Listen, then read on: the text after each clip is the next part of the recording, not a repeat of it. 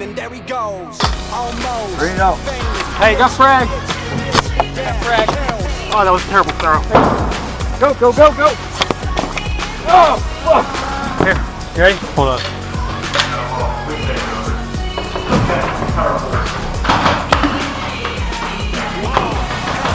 Oh, that was a good one.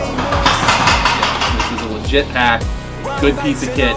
If you're gonna go hiking in the woods, I wholeheartedly recommend this. Hey, we need help on this top. Get ready. I ain't changing. Tell the world lace up. Pills. Yeah, come raise with the machine, bitch. ESC the team, bitch. Never got a college degree. Too busy raising hell like it was Friday the 13th, bitch.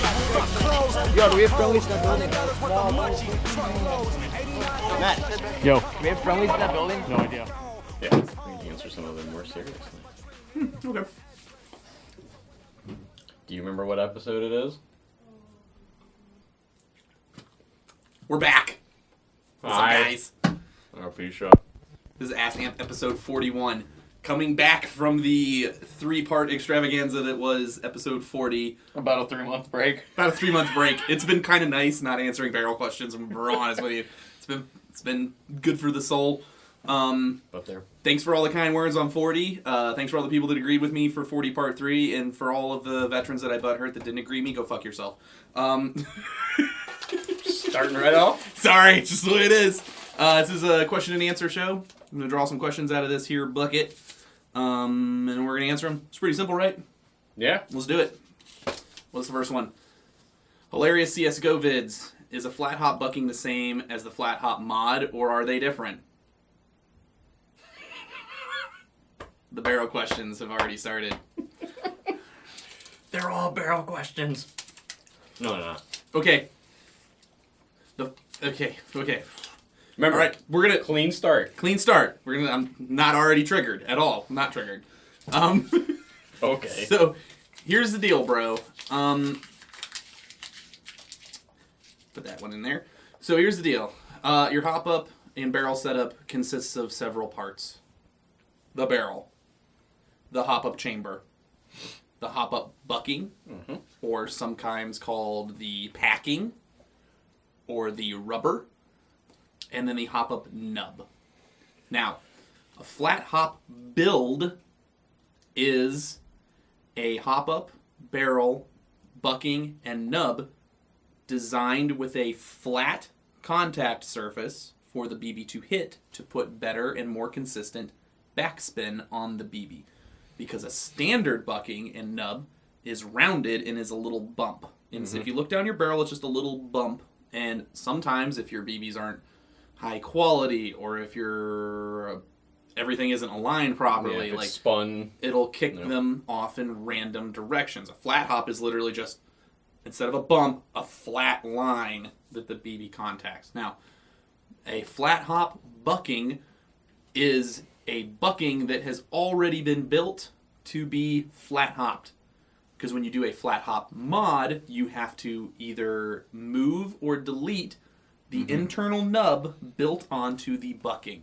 That is why, especially like the Penyam and like really high grade Orga newer barrels, barrels, they have a cut on the side, like a 90 So degree. you don't have to modify a standard bucking. You can just go turn it. Boop.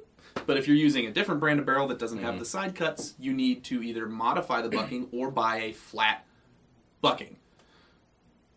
Check out our how to flat hop video. Check out our how to flat hop video, and then just insert what I told you in there somewhere. It's muy popular for us. Hey, so there you go. No more barrel questions.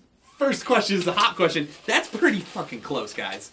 He's sassy. We're shooting this episode earlier in the week since Mr. Cadre over here has to leave Privilege.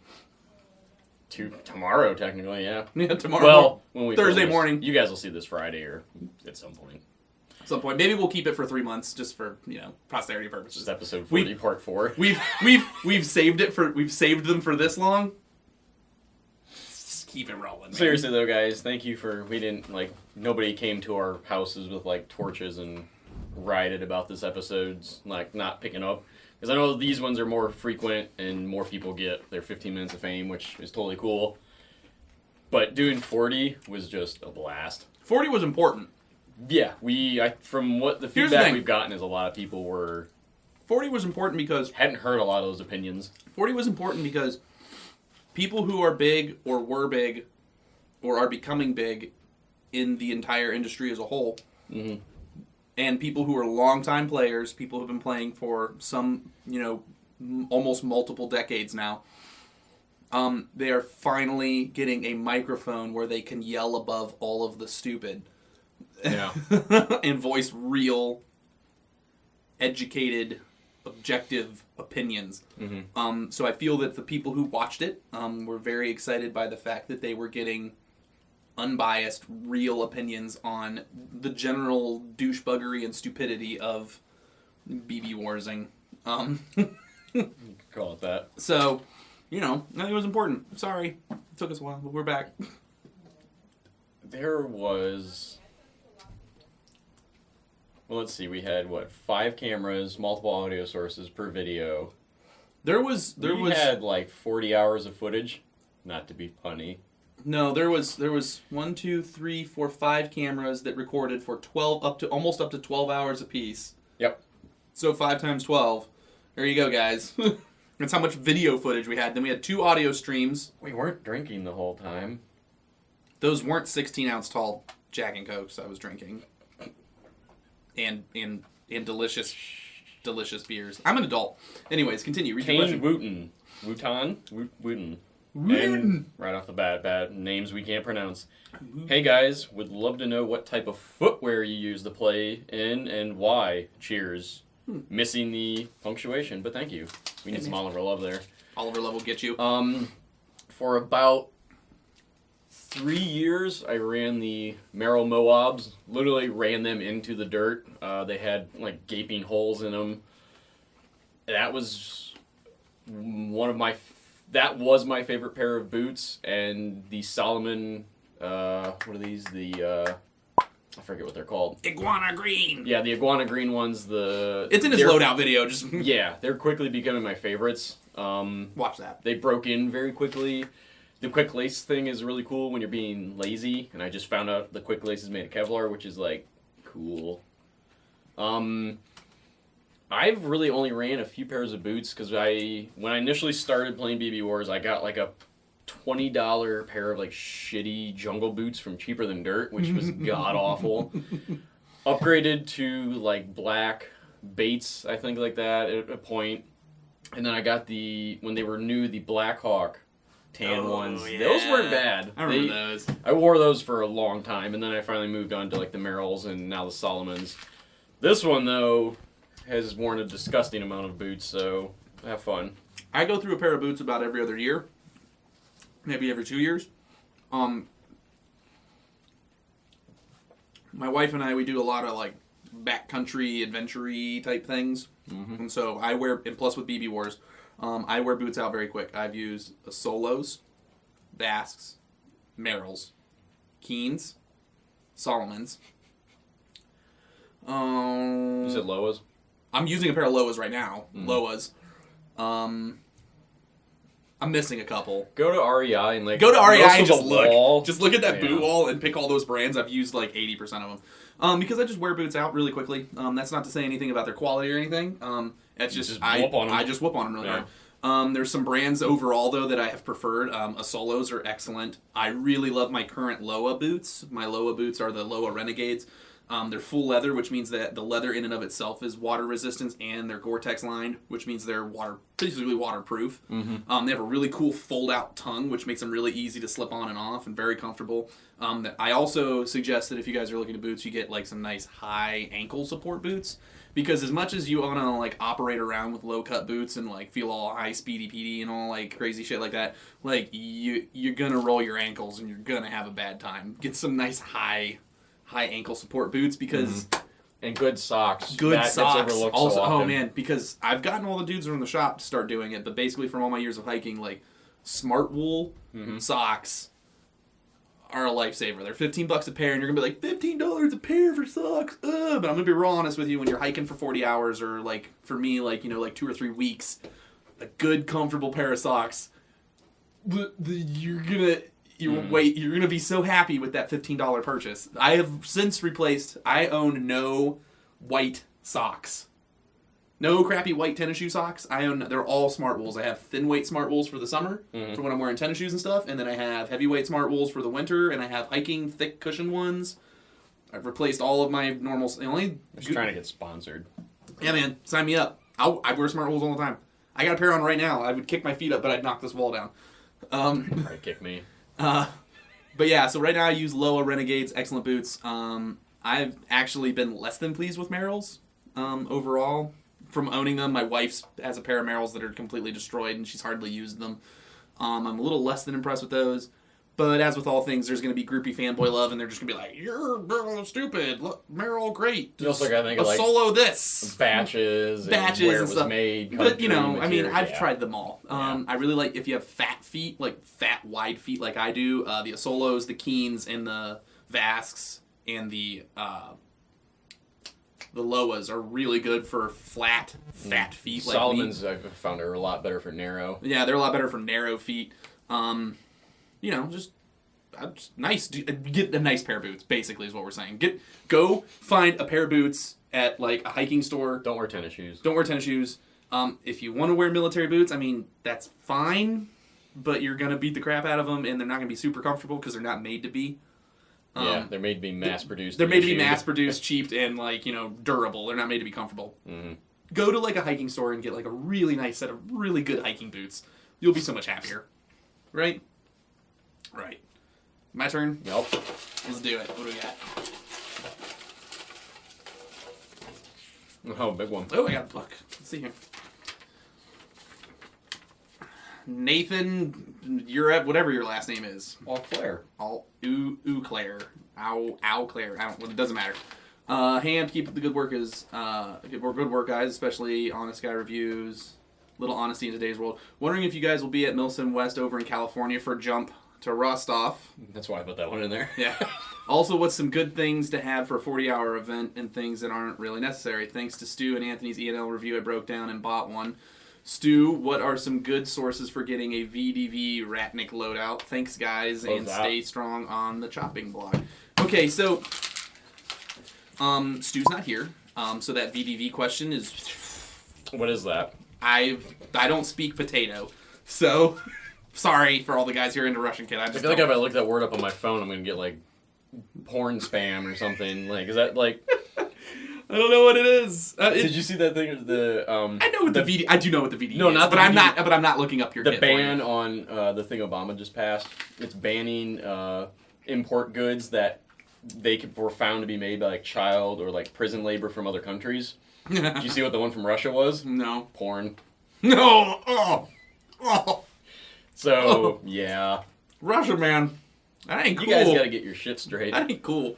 Back to the question. Anyway, so Stu would be the guy to ask, though, about that kind of stuff.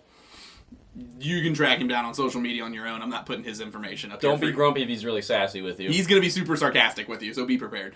He's at college doing book learning and things. Now, stuff that you'll need for a 24-hour event, or a 40-hour event. Here's what you need. Watch my video.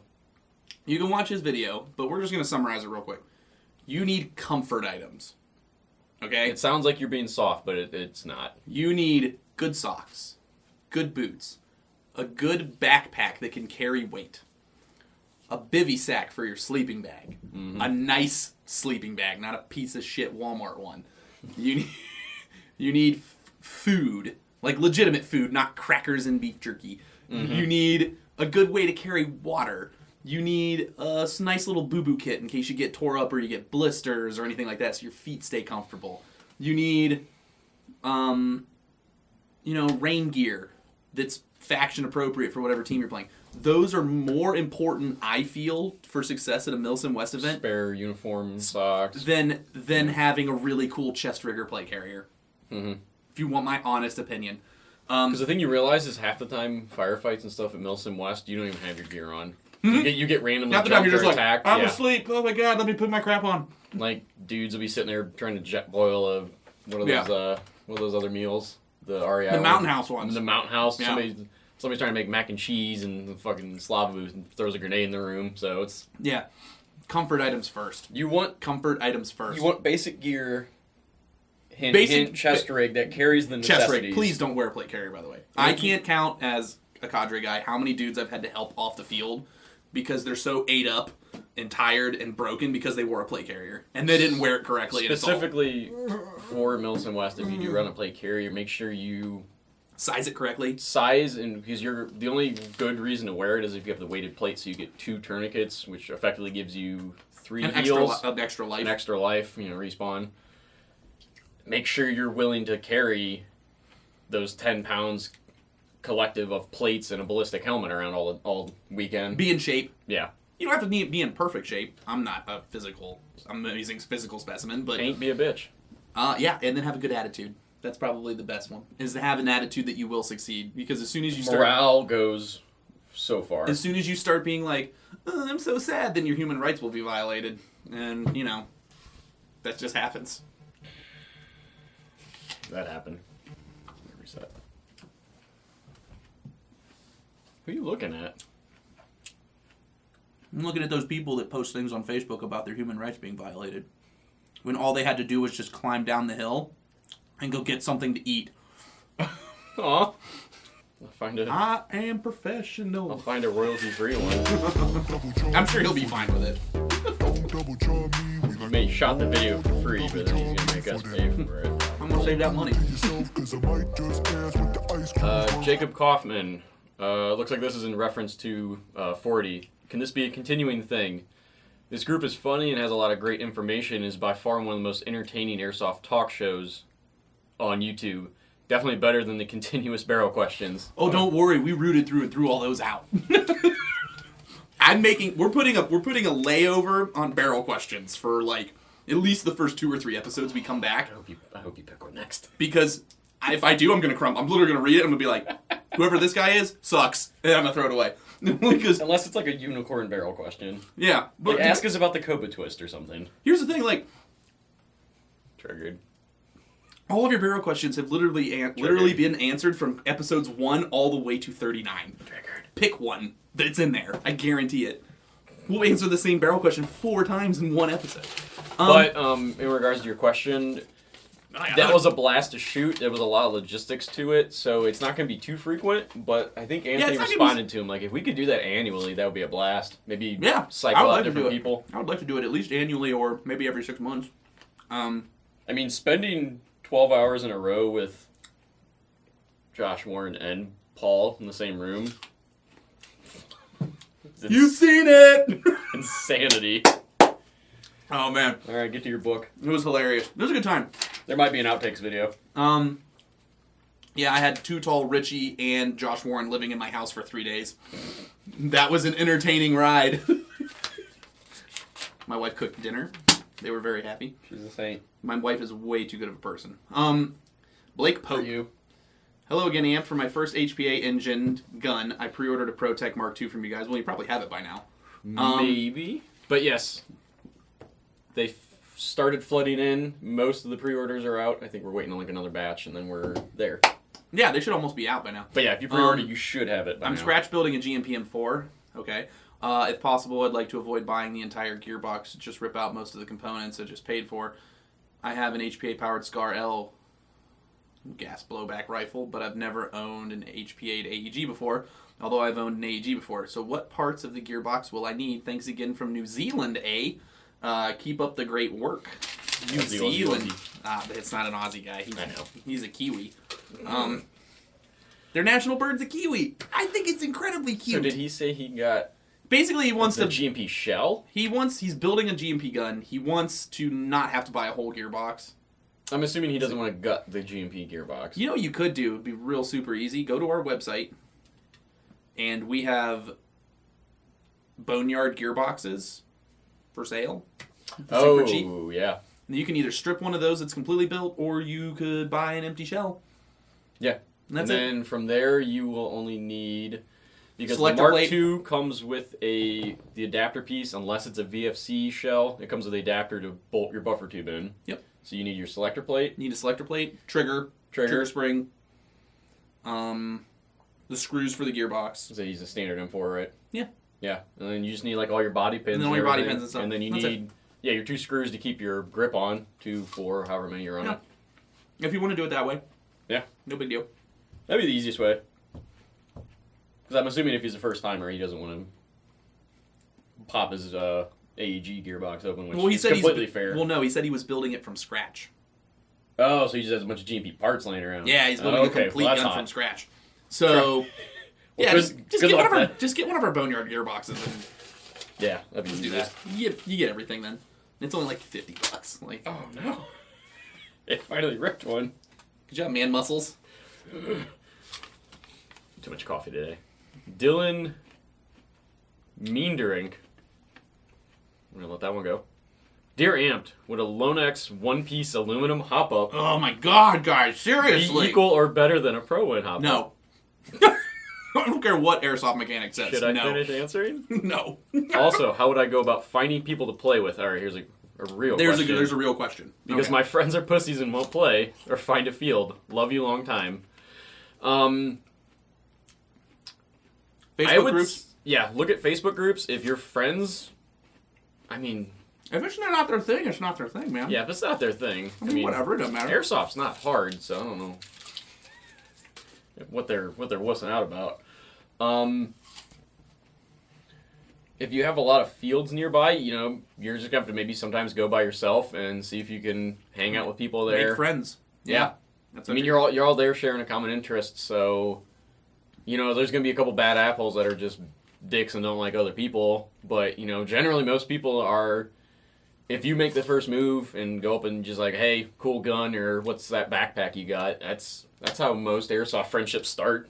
basically go up to some dude and be like, wow, you have a really cool whatever. Can I look at it? Yeah. Social interactions 101. You just nerd out. Social interactions 101. Hey, let's talk about this thing that we both like. Common Core math. Common Core math. I learned how to add with lines. It makes sense. You have 5 apples. You take away 2 apples. You have 6 apples left. Eli Kent. Dear Amped, what sort of credentials do you need to work in the airsoft industry? Also, have you seen the new Classic Army line? I don't know, I guess someone went and dug up their grave and reanimated them with some kind of satanic ritual so they can make guns again. Thirdly, is IR really illegal to discuss the hypothetical of... No, and Okay. talking about Creamfield Bananas. Creamfield Bananas. Gestapo. Like, is the ATF the fucking Gestapo? Okay, well, we're going to start from the top because there's a bunch of questions in there. What kind of credentials do you need to work in the airsoft industry? A lot. Do you speak one form of a language? Can you type? Can you stare at a computer for like 8 hours a day? Depends on what you want to do, but most likely you probably are already overqualified to at least work at a store. Have you held a fake gun before? Do you, Have you been shot by a fake gun before? like, if you want to go work at a retail store, if you work a part-time job anywhere, you probably are qualified. You're probably qualified to work in our store. It's not like anyways. there's like an airsoft bachelor's at like Harvard you can attend. Yeah, I can't wait to get my airsoft associate's degree so I can I'm gonna go to ITT Tech so I can get my mechanics degree.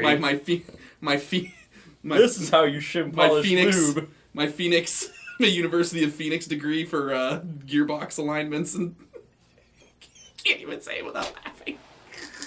No, Qualification. seriously, all of us. Whatever, it doesn't matter. Like The only qualification any of us, for the most part, have had is BBwarz. you just played. Yep. You started playing when you were a kid, somehow didn't give it up and continued onto it when you were an adult. And then the opportunity came along. Survived the ridicule of people making fun of you for playing with toy guns and dressing up and playing Army. And then, And then made it something into with a airsoft. job stumbles along or you go apply somewhere. That's it. I mean, There's no airsoft job tree where you shake it and all the airsoft jobbies fall out. Like, it's... Charlie Day, the best goddamn bird lure in the world. And there's no University of Airsoft BB Teching. Like, Yeah. It just doesn't exist. So. The only things is just standard. If you want to get into something really specific, it's not that much. Like, if you want to go into like numbers and accounting on the business side, get a business degree. Get a business degree, We have visual. I'm a arts graphic design degrees, artist, yeah. and he's a media, well, like a journalist. Just umbrella me. Yeah. He's got a You know, journalism. we went to school and we get to apply the stuff we went to school for. So Yeah, I mean, it's not saying you have to go to school. No, not even. No, not even. You don't have to go to school. Period. But it doesn't hurt. Stay in school, kids. Also, have you seen the new Classic Army line? Yeah, it's okay.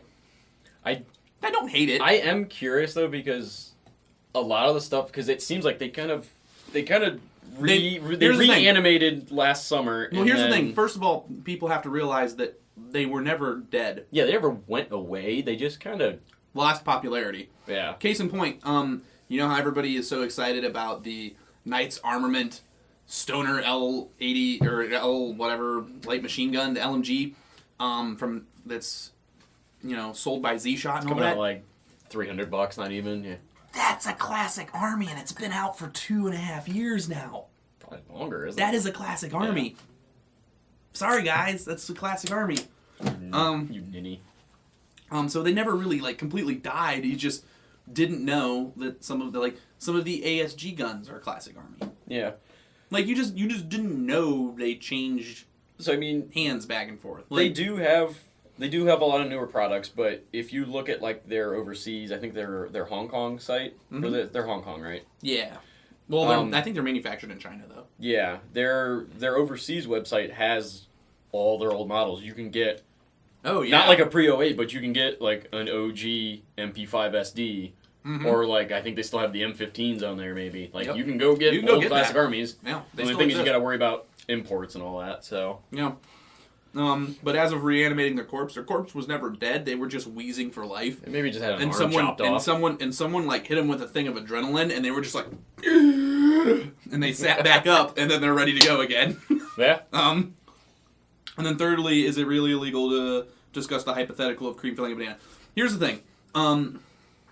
We don't want to run the risk. This is one of those few cases where it's better to just avoid it than ask for forgiveness later. Yeah, because usually when you're dealing with a federal law enforcement entity, if you're asking for forgiveness later, it's usually in the form of, please don't give me a felony. I mean, yeah, usually the government wins, so... And they usually win those. So I think it's really not so much that we think it's dangerous at all. I mean, honestly, I don't really care. But no, because all the other places do it and they're fine. It's just our thing is we do it because we don't want to attract unwanted attention. And making kids say cream filled banana is 2, hilarious. We're the one that started all that joke. Actually, Robbie is the one that started all that joke way back in the Polar Star group, in the Polar Star group. Yep. He went as a moderator and changed all of the instances of someone saying or into banana or cream filled banana. Yep. And so then we just kind of started that and kept it going. So really, the reason we keep doing it is a long running joke. Now, are we gonna say? You probably have already bleeped the one I just said a second ago. I'm going to, so go for it. But I was going to say, are we going to, say and now? No. We're just going to keep saying cream-filled banana because, 1, it's funny. 2, we don't care. And 3, we're going to keep the joke running. That's it. So, if you know what it is, then you're in the cool kids club. And you know what? And the best part is, you know what, from now on, if we ever get questions asking what a cream-filled banana is, I'm not going to answer. I'm just going to let them figure it out because that's way more fun. No, we'll just dissent wrong information. Oh, we'll make up a new story every time. Yep. Way better. Yeah, but the ATF is like the Gestapo, actually, because they're, one of the most anti-fun police ever. Why do they get to police all the fun stuff? Yeah. Except tobacco, that's silly.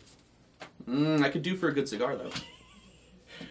Did you see the video that was going viral for a little while online?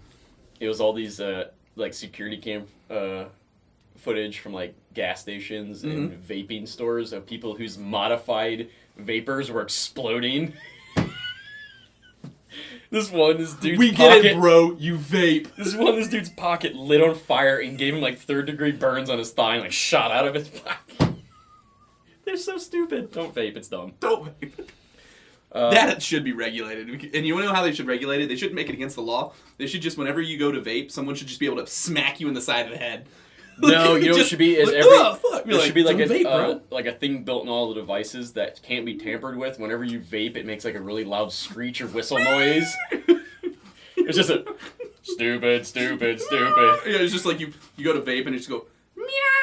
It just draws everyone's attention towards you and you're just like, what? Brett Huffy. Hey, this is all in capitals, but I'm not gonna yell. Hey, Amped, I have a question. Wait. We're going to teach a lesson here on how to internet. Apps doesn't get more attention. When you type everything in capital letters, that means you're yelling. Now, Brett Huey. I think it's Huffy. Huffy. You should. Grammar Don't and spelling go. We said clean slate. Stop. Go a long way, man. Hey, Amped, I have a figured question. this is the Could you moment to get 'em Daytona a started wee right. scar heavy, and how hard would it be? Also, thanks, love the show. Reply. I don't know, because that's a Tony Rizzo question, and I don't work for TNK Guns. I don't know. I'm pretty sure scars, you do them in... They have a light. Maybe. I think they have a light.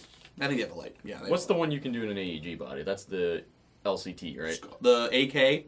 Yeah. LCT AKs, and then you can do classic Army M249s. Okay. That's it. All the rest of them have to be like wee gas blowbacks and stuff. Oh, Maybe. and the FAL. Yeah, that one's fun. That one is really cool. The Daytona and FAL is really cool. Thinking about running this bad boy at a game. 5 minutes and we'll hate it. 5 minutes, chops 20 BBs. Hey, Blake Pope's back already. Who's that? Oh, he's got a couple in there, I think. Hey from New Zealand, Amp, what's the deal with Airsoft M4 stocks and buffer tubes?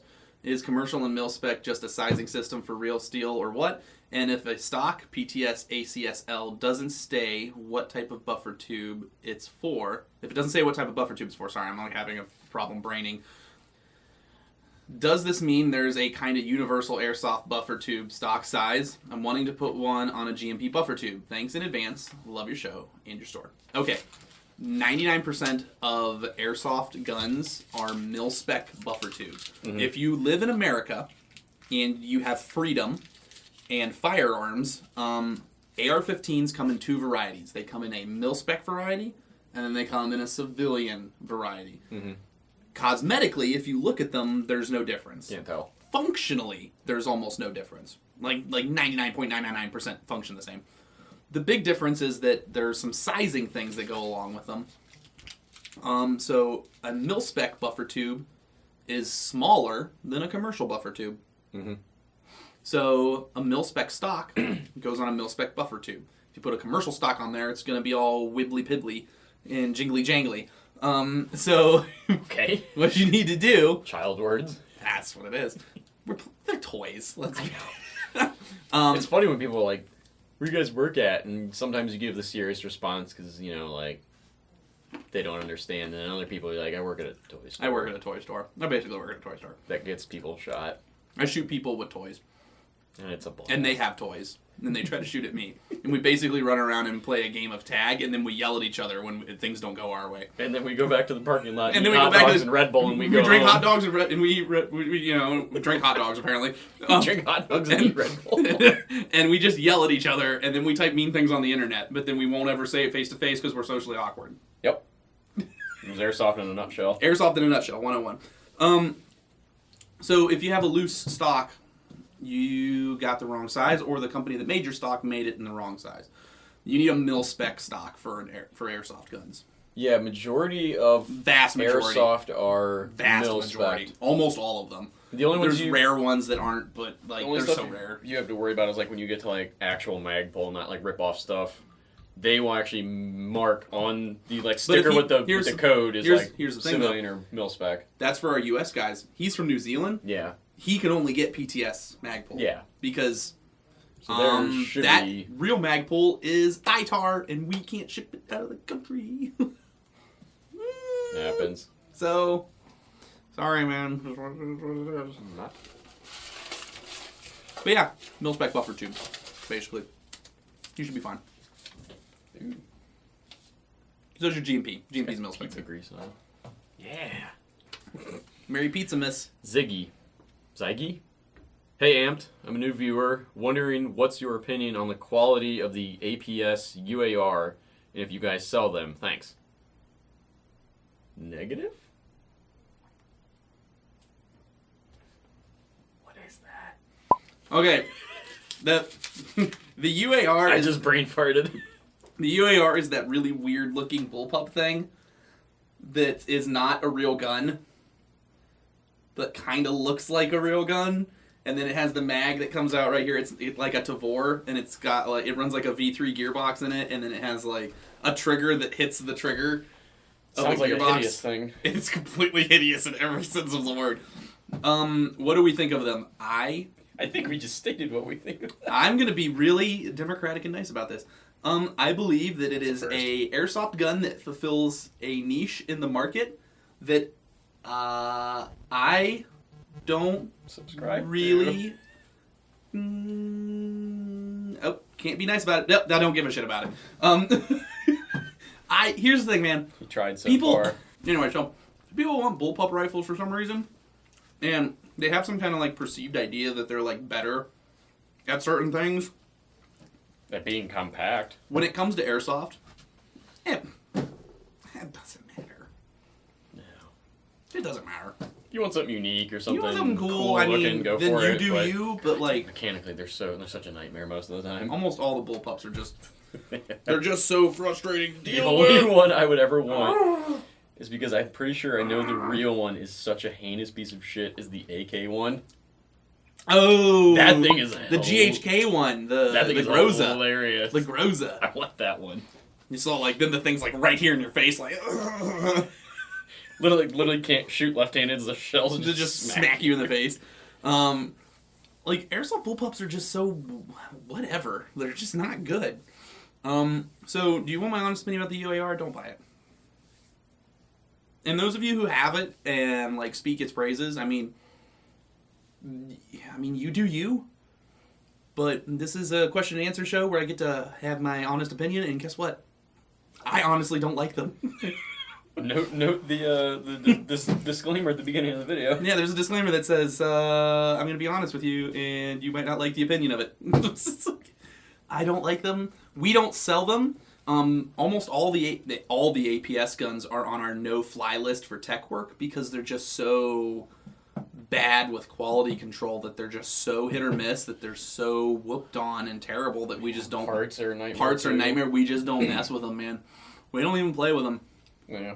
I haven't touched one in forever. We don't sell them. We don't... It's just what it is. Yep. If you want a bullpup really badly, I'm trying to think of an airsoft bullpup that doesn't suck. Some L85s aren't bad. The one Rich has is pretty cool. P90s are okay.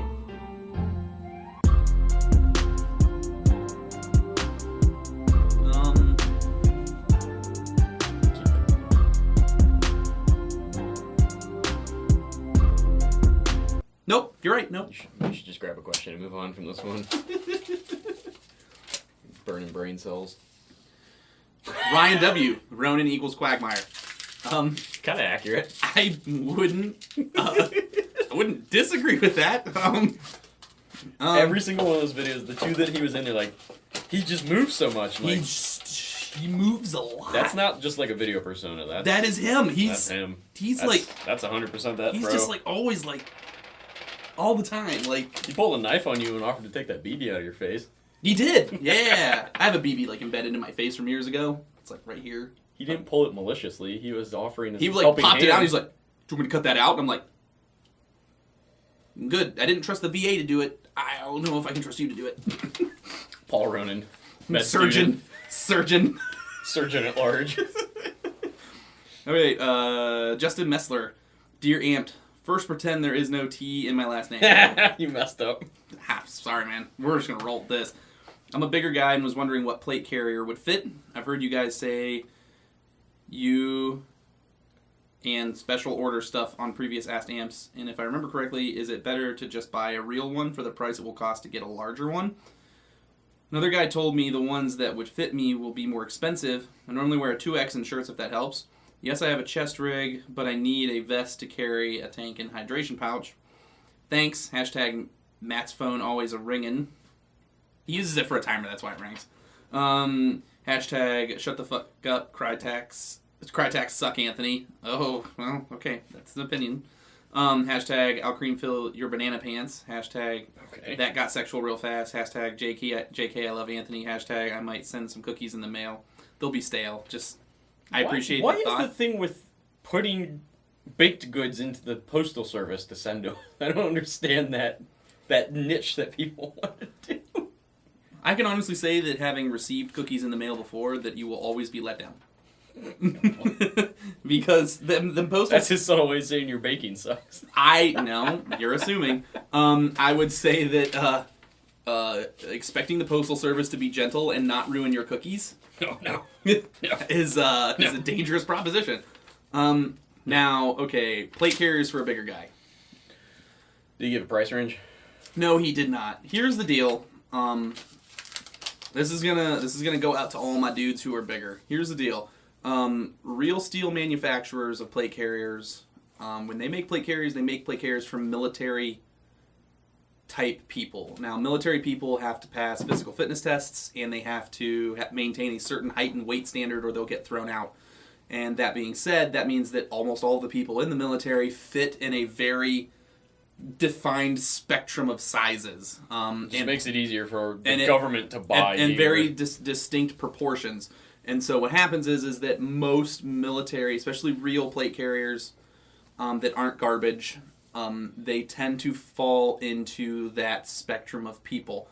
Now, when you need something that's bigger than that, will those companies not take your money? Well, of course they'll take your money, but if they have to make something special that they don't typically will sell, it's going to be more expensive. Now, when it comes to repro or low quality gear, I always say avoid it like the plague, just because what you're going to end up doing is you're going to end up buying something else. If you play moderately to decently often, hard enough, you'll wreck it. You'll find the shortcomings of a lot of the stuff. You'll be uncomfortable. Your back will hurt. So that's the thing. Like, if you're a bigger dude, like, that's just... Some people are just naturally bigger people, and to be fair, the military does discriminate against people like that, and they don't allow people of certain sizes and height and builds to be in the military. It's just the way it is. What did he say he needed to carry? He needed to carry a tank and a water bladder. Now, what I would suggest if I were you would be to get the Mil-Spec Monkey Adapt Pack, or the Tactical Tailor. The same pack is actually also called the Tactical Tailor Removable Operator Pack. Those packs allow you to bolt on chest rigs and are fairly sizable and can carry lots of things, like a full 3-liter bottle of water bladder and a full 90 cubic inch air tank, and be completely fine. Yeah. That's what I would suggest, is to get a backpack. Get a decent backpack. Because if you're worrying about carrying water and that stuff with your chest rig, you'll be more comfortable with a good backpack than you will be with an expensive plate carrier. Because as soon as you go to carry a tank on top of your water source, especially in a plate carrier, there's a balance issue as well, which is when fitment of a plate carrier is almost critical. Fitment and balance. And the big thing also is that plate carriers are made to have plates in them. Yeah, so a lot of airsofters don't want to run real or training plates that are heavy. Then when they put all that stuff on their back... Yeah. Saggy map syndrome and choking plate carrier neck syndrome. So, just get a good backpack, man. You trust me, I'm being real honest with you, man. The cost savings and the comfort level is going to be so much better with a good backpack. I would honestly say, though, look more... If that's not the route you want to go... Maybe look more at like the load-bearing stuff, like the rudder rack, correct? Yes, you could get the Tactical Tailor rudder rack. I've seen a lot of the bigger dudes wear those, and those are comfortable for almost anybody. Eagle H harnesses. Yeah. The Blue Force Gear Belt Minus H harness. The Just had that new one come out. Which one? The new Blue Force Gear. That is the Belt Minus. Oh, okay. Yeah. Look at things like that take all the weight and put it low, and then also have ability for carriage on the back. It's an H harness. It sits right above your hips. It's very comfortable. But yeah, dude, I have been preaching the avoid the plate carrier like a plague for like about 8 months now.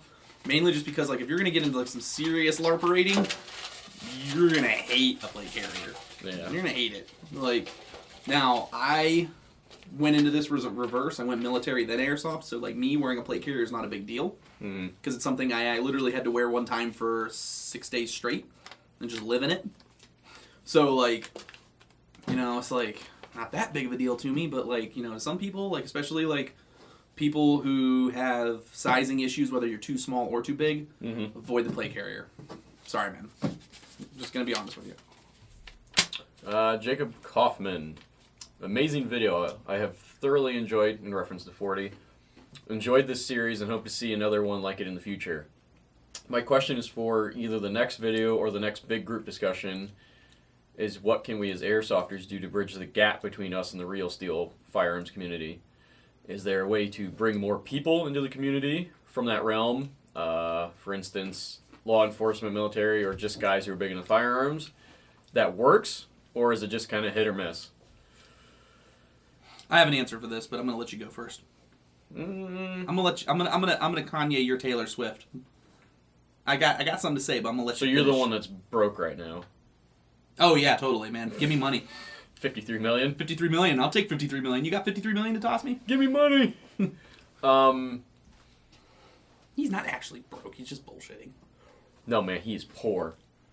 No. Yeah. Yeah, I saw that ring. Yeah, he poor. Okay. There's not going to be a definitive way. I would tend to lean more on the hit or miss thing, because some people have opinions that are set in stone. They're never going to budge. They're going to think airsoft is stupid or not worth their time.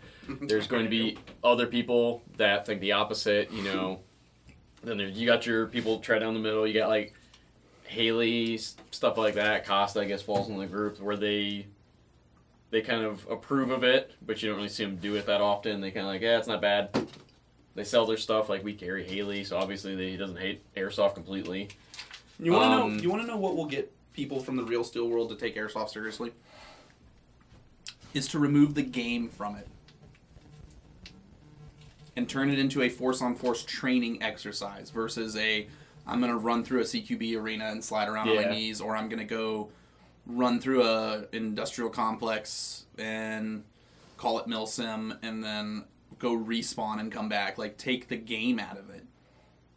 That's what will get people who are on real firearms into airsoft. You turn it into force-on-force training with real repercussions to your poor decisions.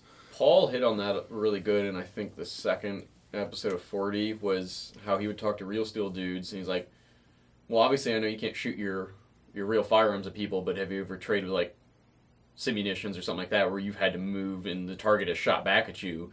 And I guess he's talked to people that have never even like shot while walking or running or like moving from cover to cover and breaking contact and stuff. Well, and like my dad has been shooting firearms for years, and my dad is a generation in between people going to the military.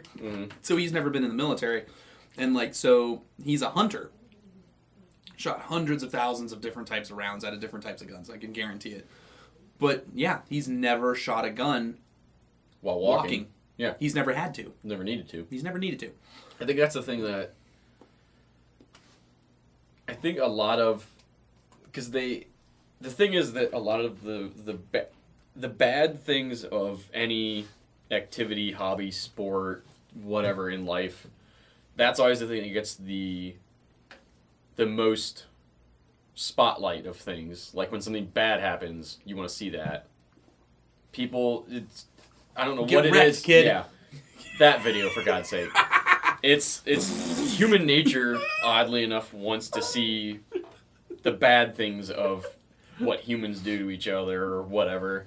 They don't want to see the horrible. Yeah, they don't want to see the positive side of stuff. So like a lot of these real steel guys, they see like Get Wrecked Kid video and all the dumb shit like airsoft cheaters, and they just like, this is just a bunch of 12-year-olds thinking they're playing a real video game and stolen valor, hub, and You want to make they immediately just want to you want to make disassociate people with in the it. real firearms industry take airsoft seriously. You take the game out of it. And Yeah. it starts becoming about training people for real world scenarios, and it's integrated into a training regimen. Yeah, if you could get Until That's the you thing, is do like- that, they won't care. yeah, You'll until get some they- dudes like me and him who will cross over and kind of be like, "Oh, this is kind of fun. I enjoy this." Yeah. But like, you won't get the massive appeal because they feel that what We do is airsofters fake. do is fake and unrealistic, and they, in general, typically, especially a lot of veterans, look down on it and belittle it and belittle the people who do it. And that's just what it is. Until you take the game out of Airsoft and replace it with training, like force-on-force training, they won't care. Mm-hmm. I'm sorry, guys. I mean, that's a really hurtful, mean answer to tell you, but that's just kind of what it is, man. That's what it is. Like, they don't care. They don't care about your respawning or you not holding your red rag up or, like, they don't care about anything that has to do with that kind of crap. They don't care that you have, like, the newest camo or your Die-4 is sweet. Or, like, chest rig or your Polar Star shoots 40 rounds a second. Or, like, your speed trigger is super sweet. Like, they don't care about any of that. Yeah. They want to replicate potential real-world scenarios that, in my brain, because, I come from a real-world scenario background, I think is hilariously overstated. I know because they use like it to preppers and stuff. Like, I'm just like, the apocalypse isn't coming anytime soon, man. Like, Obama's not going to come to your doorstep and Obama's take your not guns. Gonna take your guns. Come on, and come on, people.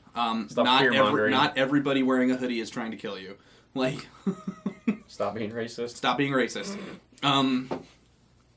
Like, that's the only way you're going to actually get them to care is that you start transitioning the game. You get rid of the game, and it starts being okay. I'm going to take you guys as a squad through this building, and there are unknown number of enemy combatants in here, and you guys have to use your problem-solving skills to kill them. Mm-hmm. You start making it a completely objective, gradable training. Like, you're dead. You fucked up.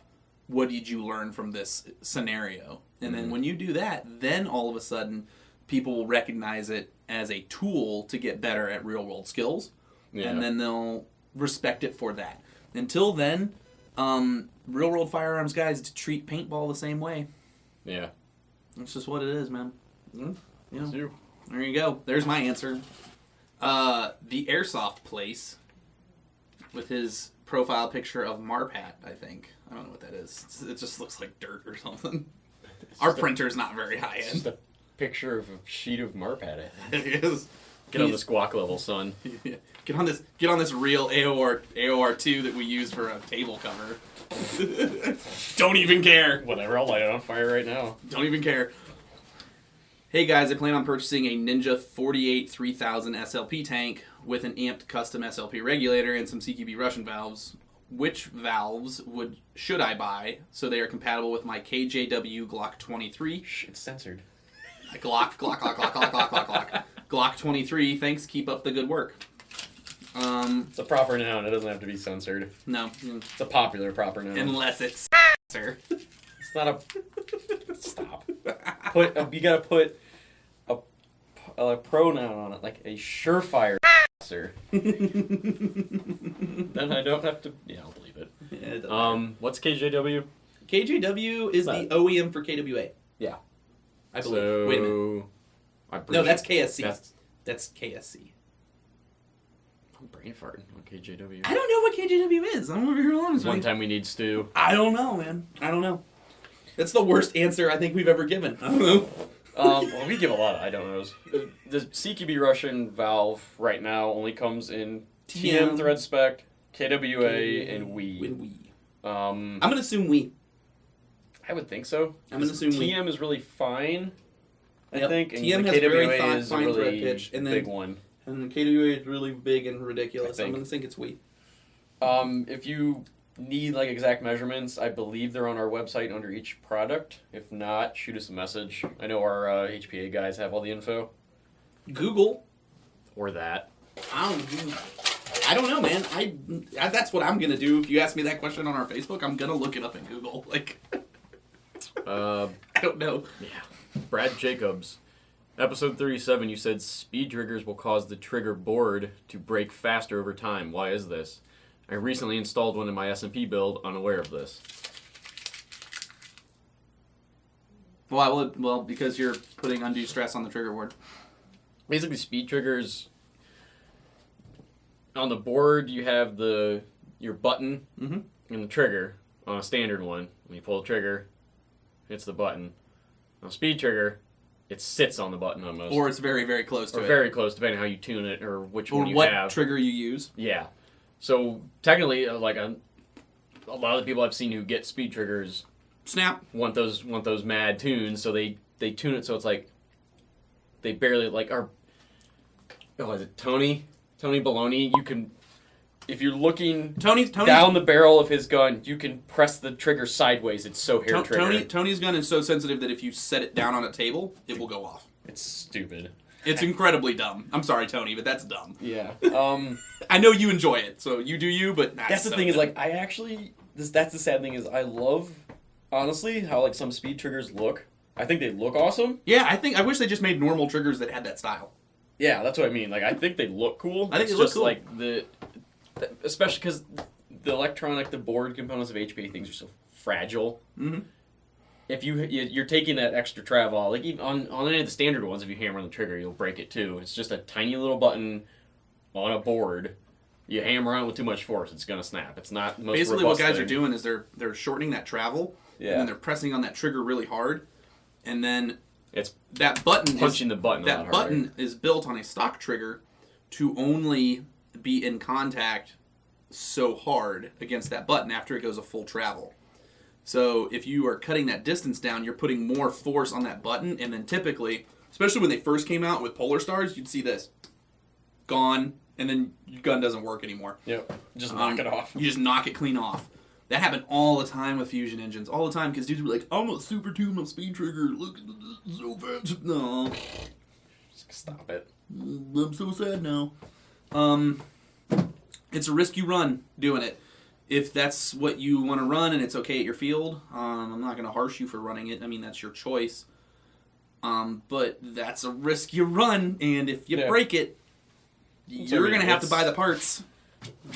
Because as soon as you put a speed trigger on it, 99% of the products that are out there for HPA builds especially, they won't warranty that part. Mm-hmm. Because you put non-standard parts on it and you put it under undue stress. So if you break it, you're buying it. Yeah. I mean, your mileage may vary. Maybe you got a robust board. Maybe. In the last 2 years. Maybe you got a weak one in the last 6 months. Maybe. But just be aware, man. That's a risk you're taking. Hit it, balls. Brad Jacobs, hey, I love your show. Oh, thank you. I think your love is misplaced, but thank you. Watch that fuckery. I recently installed a Wolverine Inferno into my G&G SRXL. Okay, so that's the newer combat machines. And about every 1,000 shots or so, it will just make a pfft noise from the gearbox instead of the normal pop. And when it makes the pfft noise, it doesn't fire. I have the Inferno inside a KWA gearbox inside the SRXL, if that matters.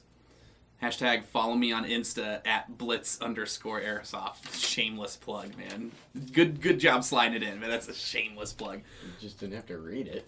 Or was it I in the read the middle? whole thing. It's whatever. So the psst noise. That could be a couple of things. That could be a jam.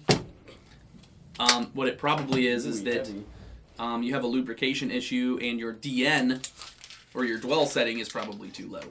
You need to up your dwell. Yep. That's it. That's probably it. Easy. Yeah. Evan's gun. I want to buy it. Why'd you do it that way? It just made it in my Charging handle into collarbone. clavicle. Oh, Sam Fisher. Get wrecked, kid. That's so funny. That's so 2015. Dude, that video is still hilarious. It's awful, but it's Stop it. still hilarious. Especially the Call of Duty like remixes of it. And that's why the Real Steel community doesn't like us. So fun! That shit was a fucking live leak. Like, that's the same place where you can get like really heinous videos of like ISIS and shit. Somehow that video made it on I live. had like E-bombs and... Yeah, E-bomb. When the fuck did E-bombs matter again? Like, why are they still around? Fuck. That disappeared. Sam Fisher. Hey, Amped. My combat machine's trigger locks up in semi when I'm shooting. Stop shooting so fast. But when I switch to full auto, it works fine. What should I do? Slow your roll. You're getting too excited, man. You're not letting the gearbox do a full cycle, so what it's doing is it's catching. You need to slow this down. Instead of going, you need to go. It's not an HPA gun. It has to do a full cycle before you can short stroke it. Yep. Ways you can get around that. MOSFET. Yeah. Higher torque motor. Lower powered spring. Lower powered spring. Combat All of the machine. above. Yeah. Yeah, that's about it. Sweet. It's all you. Whoop. There we go.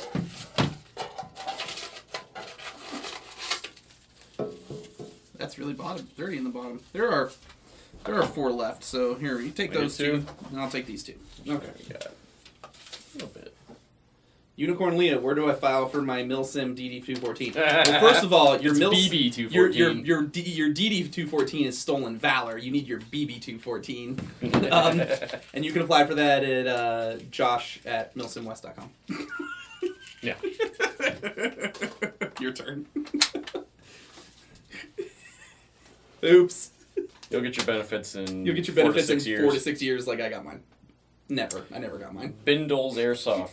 Should I buy the Crytek CRB from you guys, or wait and get the CRB 2.0 when or if you get it in stock? Aw. Ouch! That's fucking. You got no chill, man. That's But harsh. he called us the best still. Ouch. To be fair, we do have Depends. problems keeping things in stock. Do you want a gun right now, or do you just want to light cash on fire? We don't have a date for the CRB. The current CRBs 2.0. are Yeah, going to function. The 2.0s. current CRBs that are out now are going to function the same as the CRB 2.0. The big difference about the CRB and the SPR 2.0 versus the current ones is aesthetics.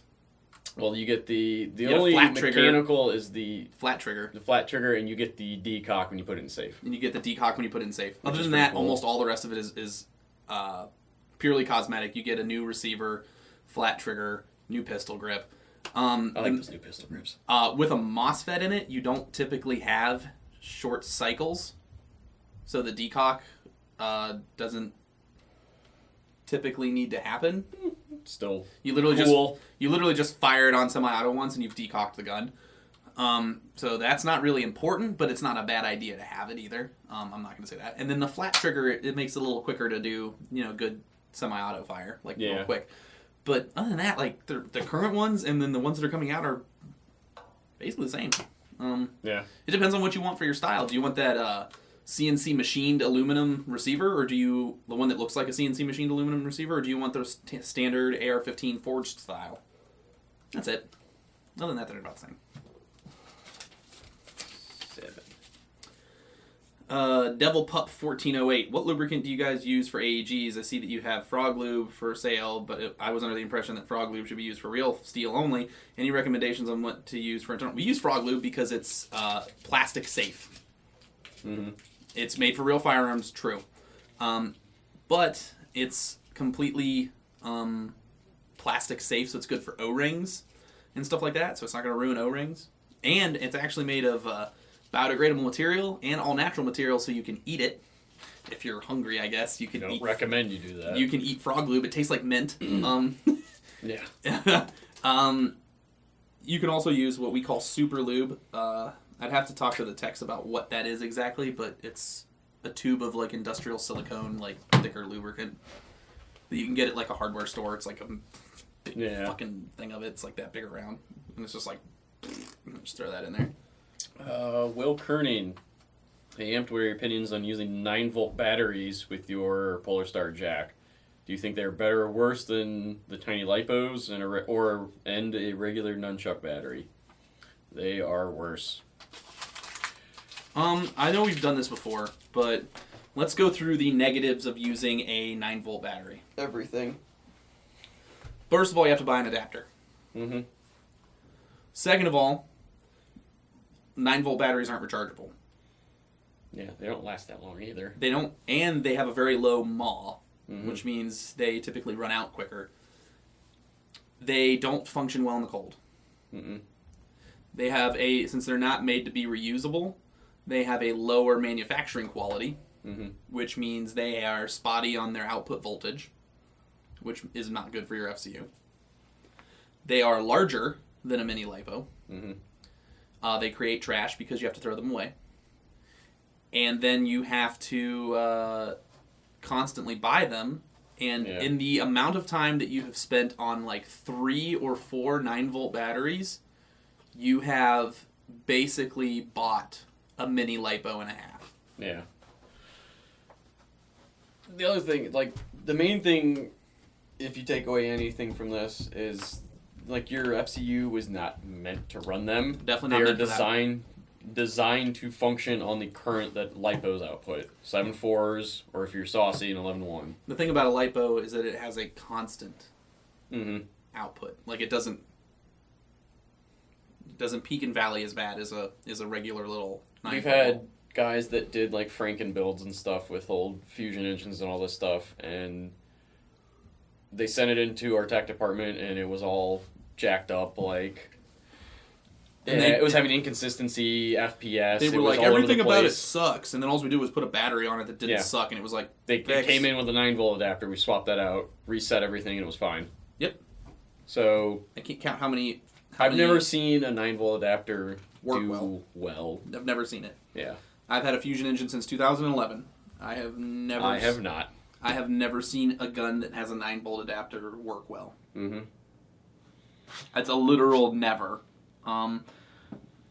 And I just don't think that the initial cost savings up front, where you're not buying a LiPo charger and a mini LiPo, I don't think it's worth the eventual cost of running these constant disposable batteries that aren't good for your system. LiPo chargers, what, 20? $30. We'll just say $30. 30, and our 7.4 minis are what?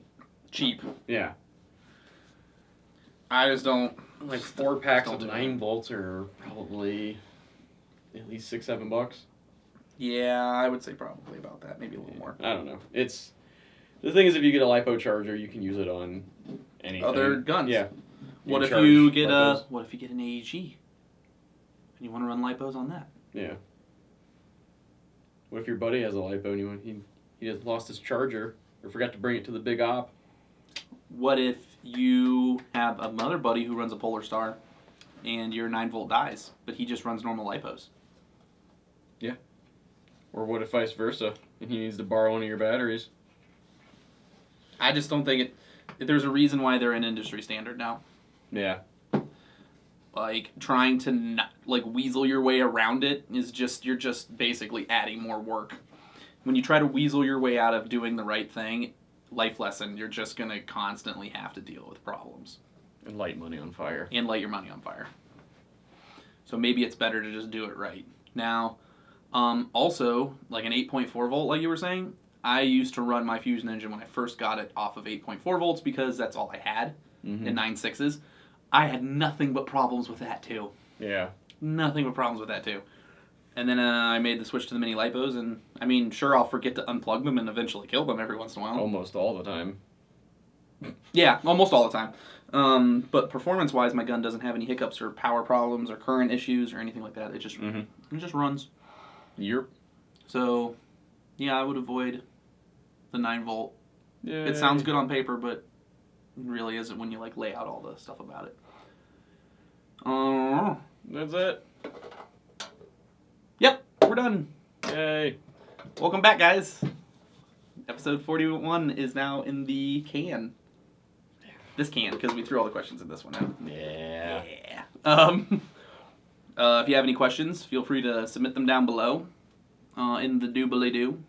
Get so many goddamn barrel questions. I know, we're going to get tons of arrow questions now because I was like, no! They're just going to do it out of spite now. Mm-hmm. But whatever. We'll just delete them all. It's fine, I don't really care. Check out some stuff. We got Big news coming up. and we have an FCU video coming out pretty soon. We're going to do a review of this guy right here pretty quick. Grenades. Like I said earlier, the Mark IIs have started shipping. All the dudes on pre-orders. Most of those should be out. The Odins, we have those in stock. The Pinyan one-piece inner-outer barrel system. I installed it. He installed. We also have the brand new Oakley M-frame Alphas. We're getting the parts trickled in right now. At this time, we don't have the goggle parts yet, but yeah, they're pretty swag. Yeah, the Pinyan barrel's coming out. What else we got? What else is new? I don't know. We're gonna probably talk about this Crytac. I think we got a review coming for that soon. We got a review for that soon. Plenty of Milson West gameplay footage. Yeah, if you guys on the West Coast are going to Milson West events, I'll be there. So you'll see me there. I'll be at Jump this weekend. And then I'll be at Strike on Steps. Memorial weekend? Memorial weekend in May. Surge is Surge on April? Hellcon in Texas. I'll be there. Also, I'll be at MUTC. That one's gonna be hot. That one's gonna be fun. Yeah, you guys want other videos? I kind of put a little poll out on Instagram and everything. Let us know what you guys want to see. Yeah, we'll try our best to We like got more operator videos, and we're gonna have I gotta Dom's sexy Italian ass down here. Dom's little Italian ass and my fat Italian ass. We're gonna have operator videos Chevy coming. guys fight. Oh, we'll have me, him, and Mario. Greedy and Ziti. We'll have me, him, and Mario fight over Guidos for all of Guido kind. Like, Oh. Yeah, I think that's it. I think that's it, guys. Anyways, thanks for stopping by. Sarcasm aside, thanks for stopping by. Remember, feel free to throw questions down below in the do stuff you guys want to know about. Yeah, we're back to Standard programming for now. We'll go back to standard programming for a while, and maybe we'll do something special at the 6-month mark again, because you guys liked that, right? I hope. You act like you did. But anyways, this has been Anthony. Matt. See you guys later. Peace. Deuces.